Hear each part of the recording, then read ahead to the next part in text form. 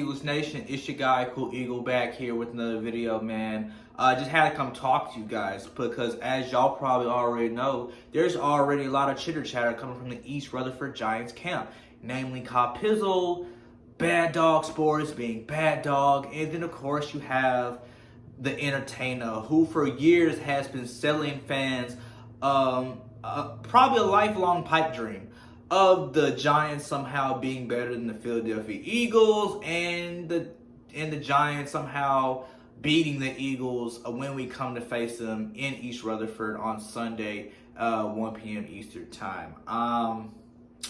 Yeah, good luck with that. The Giants have not dominated the Eagles on a consistent basis. So let's just go back to 2014. Okay, that's how much we've been beating them. Like the only time that we've lost is Carson Wentz's rookie year, his first outing with the Giants, where he threw, I think, 364 yards and 2 interceptions. But ever since that game, Carson Wentz is all-time 7-1, about to be 8-1 against the New York Giants, throwing moderately quiet but still impressive 2,197 yards, 11 touchdowns, and 3 interceptions.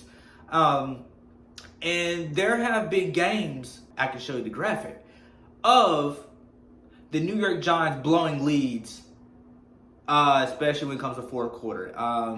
Leaving them in heartbreaks. Giant fans can't believe what happened. You know, the whole usual jazz when it comes to the Eagles versus Giants.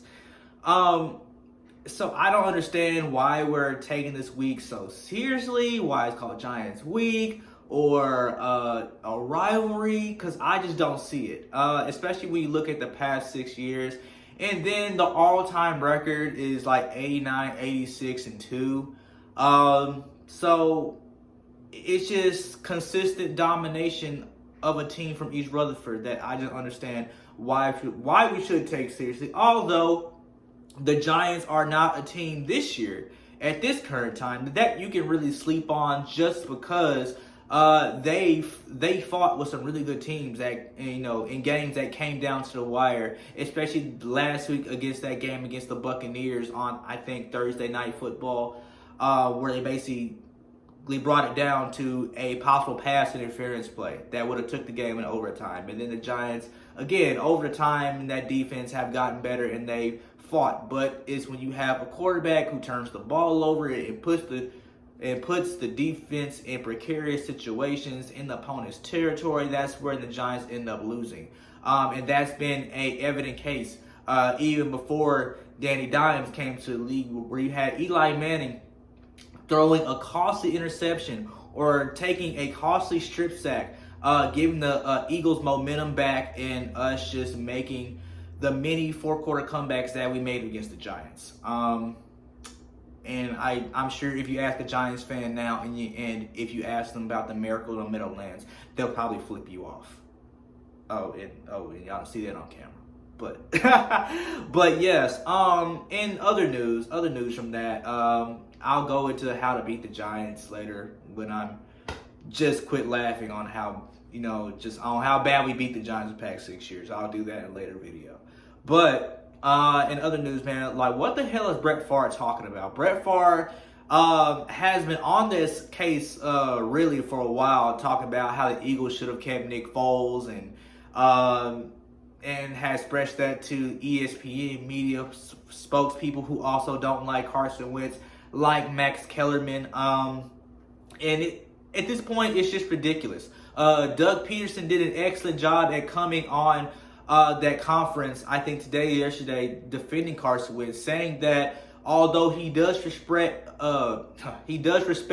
Brett Favre's opinion, and rightfully you should. Brett Favre is an all-time great, and I think between him and Eli Manning lead the league history in interceptions.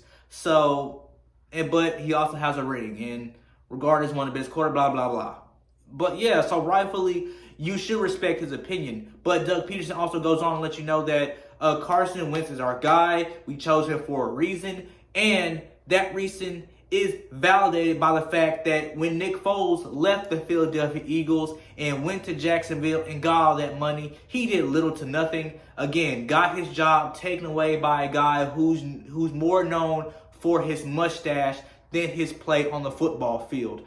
And then you go to take him to Chicago. You bench the guy that you drafted, I think, number 1. Yeah, like I think you drafted him number 1. And although he has been playing bad in some areas and been the reason why your team possibly can't make a strong playoff push, but you bench him after he took y'all up to that point 2-1. Then you replace him with Nick Foles, who's doing just as bad, probably worse. Because you start at 2-1, now you're, 5-4? Probably going to be 5-5, like with this next upcoming game. So at this point, I don't understand, like, what keeps people on this Nick Foles train. The fact that he won a Super Bowl. But they won't tell you how the fact Carson Wentz fought tooth and nail to get us that 11-2, which secured our spot in the division because the Cowboys were just that terrible that year and got us a first-round bye. So people didn't have to see how bad Nick Foles was against the Atlanta Falcons a week earlier. And then magically turned it on in the NFC Championship game and the Super Bowl. And that's the only thing people know him for. Like, people do not ever talk about the fact that in his first couple years in the league, he had 27 touchdowns, 2 interceptions. That's old news. The only thing that you remember Nick Foles for is that NFC Championship game in the Super Bowl, because he did nothing prior to that. So I don't understand where this is still coming from. Nick Foles has been repeatedly shown that he is a backup quarterback for his career, and I'm just so done with that. It really doesn't make any sense as to why you still bring it up in today's news. In other news, man, I want to talk about second half Wentz, man. Now, normally in a previous video, I did say that Carson Wentz does typically do better in the second half. However, the numbers do not suggest that, and these numbers are going to be taken away from his rookie year where he finished solid. He started out 9 touchdowns, 5 interceptions, and we all would know what happened: injuries to Lane Johnson, and then poor wide receiver play, mainly Nelson Aguilar again. To where he went that last 8 stretch of games, 7 touchdowns, 9 interceptions. And then 2020, where he finished a full season, he started 14-4, and then went on the rest of the stretch of 13-3. So numerically, there's nothing that suggests that Carson Wentz does better in the second half, but just because of what we've seen from him and this team in the second half, when everybody starts getting healthier, pieces start meshing together, that's when you start to see the full potential of this team, and while also highlighting Carson Wentz. So let me know what you guys think in the comments, man.